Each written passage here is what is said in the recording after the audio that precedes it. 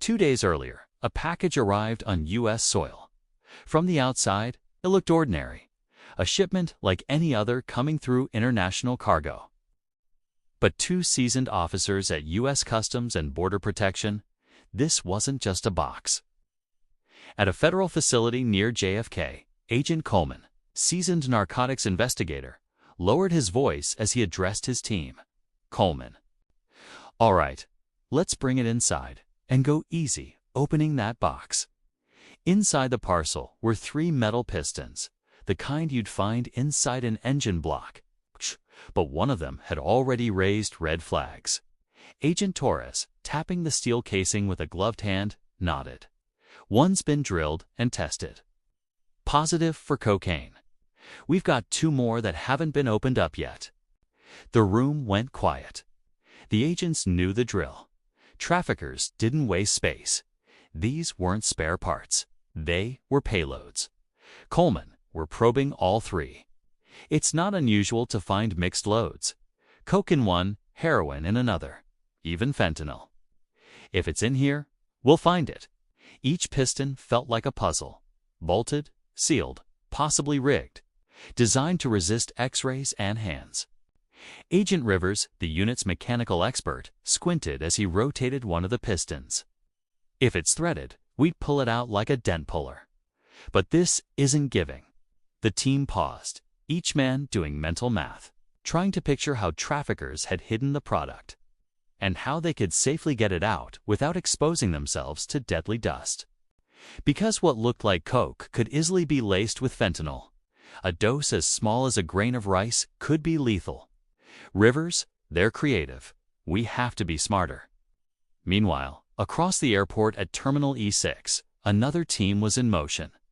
This time, waiting for a flight inbound from Kingston, Jamaica. Agent Miller, built like a linebacker but gentle in tone, waited near the jet bridge, watching passengers exit. Miller, Jamaica's unknown transit point. Seen seizures before. Most folks are clean, but not all.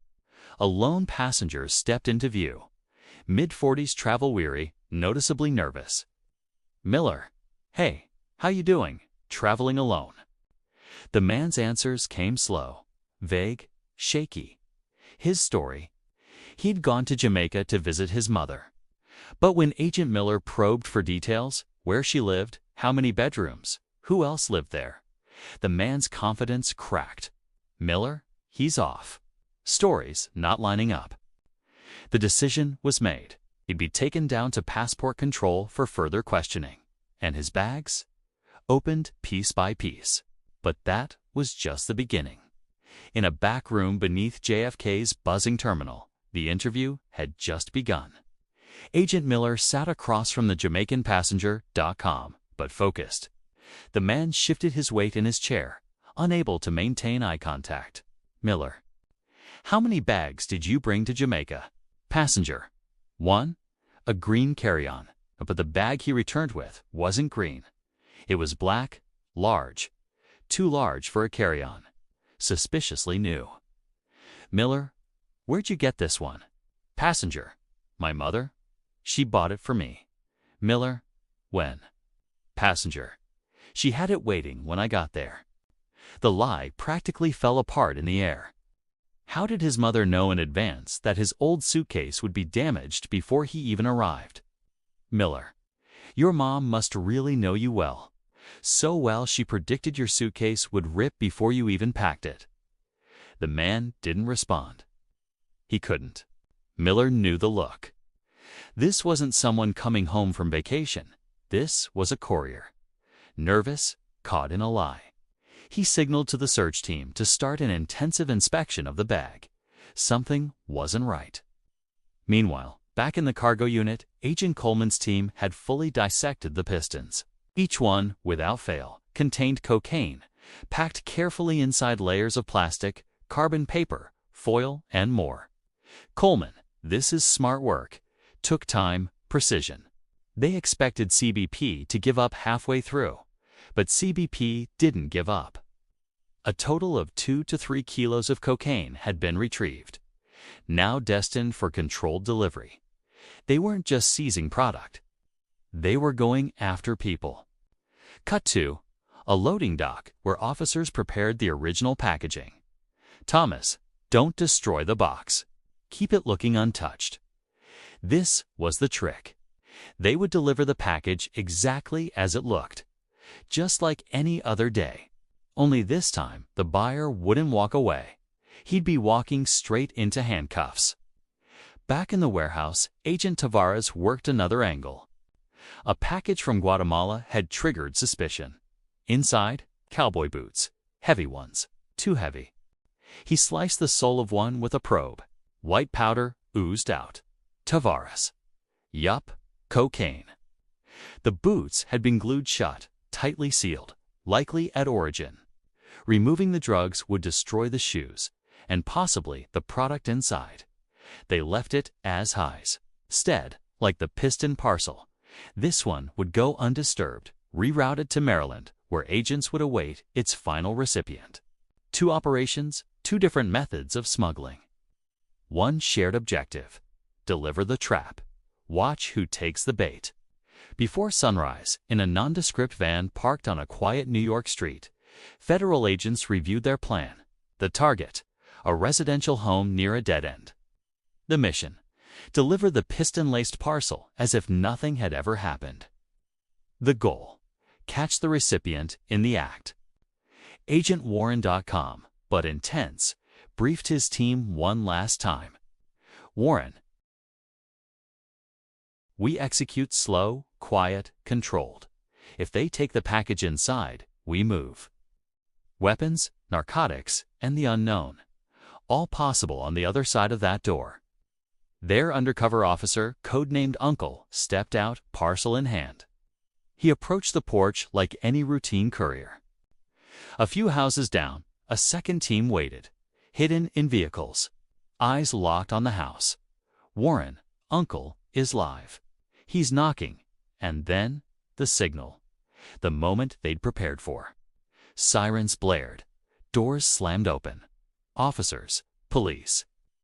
Search warrant. Hands up, hands up. Chaos in the hallway.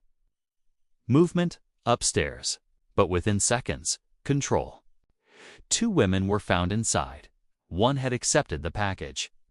Warren, clear, secure. Nice work. The house wasn't just a residence. Inside, agents uncovered a credit card punch machine, dozens of blank cards, small digital scales bags marked for individual distribution. 11 hollow point 9mm rounds. It was a miniature narcotics hub, hiding in plain sight. The woman who accepted the parcel agreed to cooperate. She was escorted back to headquarters for questioning. Warren, this place. This was just one piece of the puzzle. We need to find who sent that package and who else is on the inside. Back at the airport, Agent Miller's team continued probing the Jamaican passenger suitcase. Beneath the lining, inside thickened metal edges, their tools finally struck plastic. They opened it up. White powder. Field test, positive for cocaine.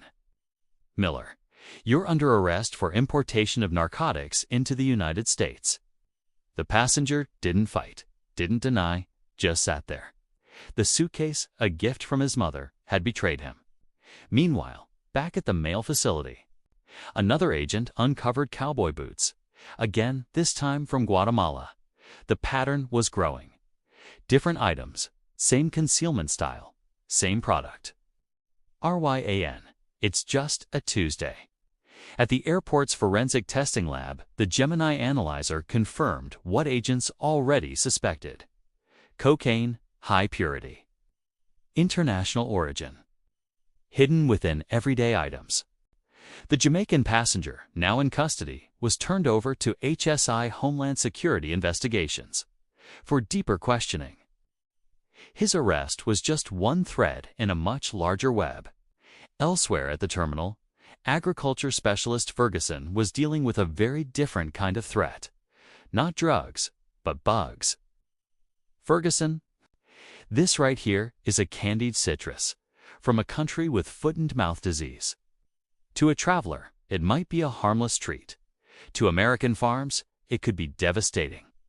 From beetles in backpacks to starfish in suitcases, Ferguson's team scanned for invasive species, exotic meats, and black market items coming in from Asia and South America.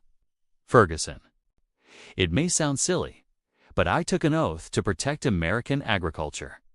Behind him, K9 units sniffed through carts and carousels. LD, a Belgian Malinois locked on to a purple bag. His tail stiff, his ears alert. Whatever was inside, he wanted it. Badly, the passenger, nowhere in sight. The agents waited sometimes 20-30 minutes for someone to claim it. This was part of the game. Patience, vigilance, precision. Across town, at the site of the controlled delivery, the results were rolling in. 8 packages of cocaine hidden in piston casings. Street value? It's over $160,000 in the U.S., even more abroad. Among the items seized, unregistered firearms equipment to forge documents, narcotics paraphernalia. One suspect agreed to talk. Her cooperation could lead to international contacts, distribution networks, even cartel links. Warren, we won't catch them all today, but we're patient and we never stop. Back at JFK, Agent Ryan inspected a shipment flagged by customs. Inside, a pair of cowboy boots sent from Guatemala to Maryland. They were dense, heavy, not quite right. RYAN. Feels like there's something packed in the soles. A quick slice, white powder, cocaine again. Same story, different packaging. RYAN. Drugs in shoes, again. But hey, that's just another Tuesday.